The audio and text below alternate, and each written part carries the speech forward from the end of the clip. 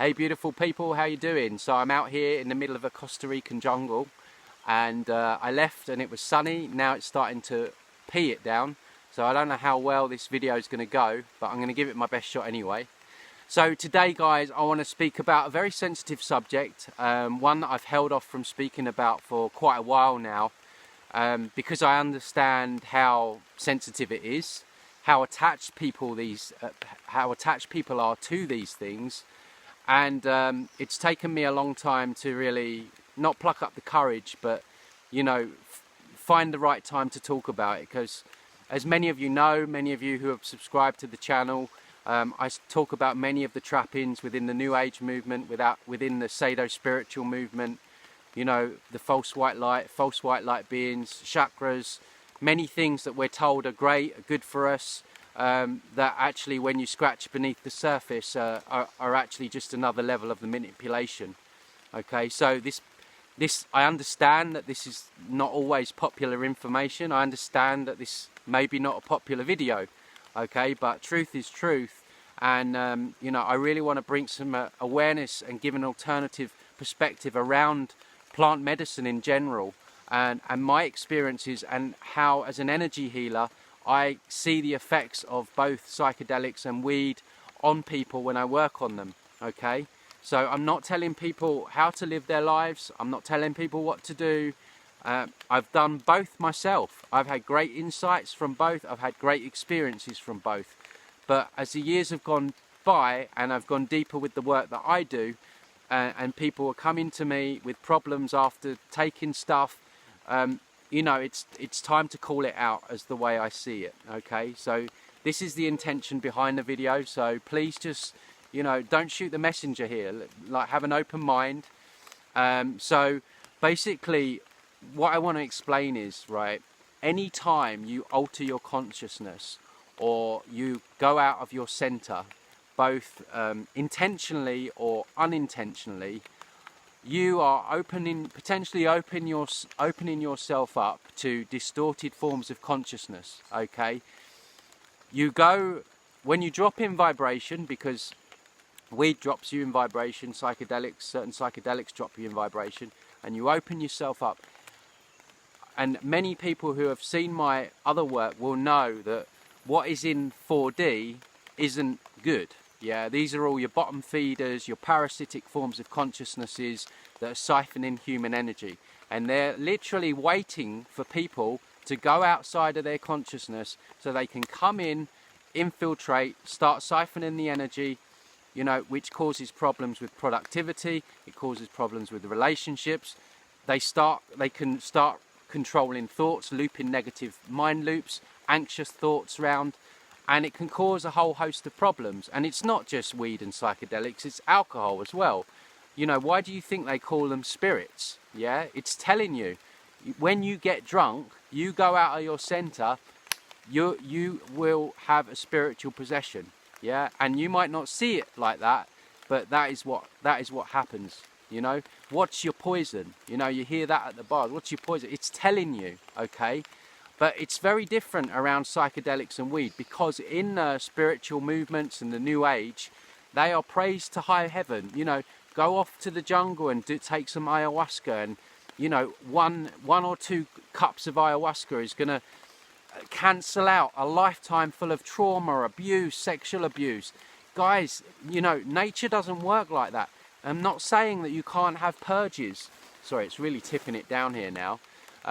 Maybe.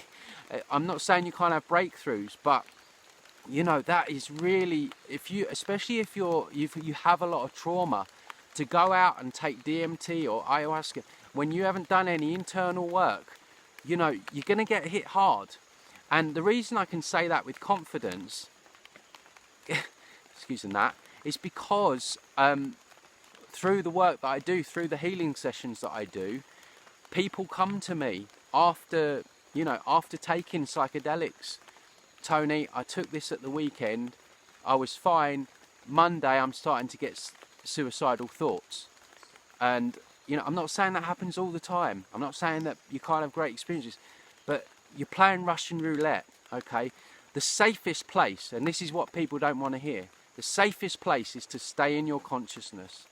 because if you stay in your own consciousness, these entities, these energies have less ways of getting in. If you're opening yourself up like that, then they have a much easier route in, and then they can start pulling the strings and infiltrating and causing problems. And it's the same with weed, okay? And I know people are going to hate me for saying that, and I want to make it clear, right? I am not at all, this is the medicinal benefits of marijuana, of cannabis, whatever you want to call it, are not in question in this video. You know, I know it helps people, not questioning that at all. When you smoke weed, you drop in vibration. When you drop in vibration, that's when energies, entities, and things like that can come in. Okay, I've seen it. I've even seen it in my own life, where I went through a phase of smoking a lot of weed, and I wasn't the same. My productivity levels were massively decreased.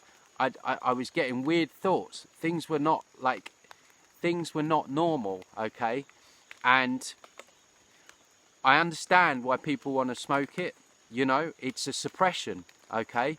It's like all the other stuff we have. It's like chocolate, it's like alcohol, it's like all those things in Willy Wonka's chocolate factory that we have available to us. They're plastering over the cracks of what's going on deep inside. It's plastering over the cracks of that inner child that's still crying out to be heard, or the internal trauma that you need to deal with. It's not helping you. It's suppressing. There's a big difference. You may think it's helping, but it's suppression.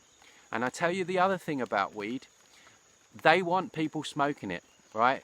Why do you think that weed is being legalized across the world now, right? 2 reasons. Firstly, they're going to genetically modify it. They're going to sell their version of it, and it's going to genetically modify your DNA. So it's going to change who you are on a biological level, okay? That's the first reason. The second reason is because they know if everyone is stoned, there's not going to be any uprising. And I'm not an advocate of going out rioting. Wow, there's some really loud birds flying over my head. Wow, that's really intense. They know that people are not going to rise up because you don't function properly. You know, you don't. You're out of it. Yeah, you're happy, you're chilled. I mean, I used to love checking out. I used to put on, you know, my music. I used to check out. It was brilliant, and I still miss it to this day. And I get it. I understand it. But it affects your productivity. It can cause psychosis if you smoke it heavily day after day. It can cause psychosis, and it can affect relationships. It can take you off your path. Okay. It can stop you from reaching your highest potential, being the best version of you, okay? So, and that's without obviously all the infiltration that can go on when you smoke it all the time, okay? I'm not making this up, guys. This is personal experience, and like I say, it's through people that I've worked on. So, guys, let me know what you think about this. Please comment in the section below. I'll always get back to you. You know, what do you think about it? What are your experiences? You know, can you see where I'm coming from? Can you see the negatives? Let me know in the comments below. And if you like this video, please like, and don't forget to subscribe.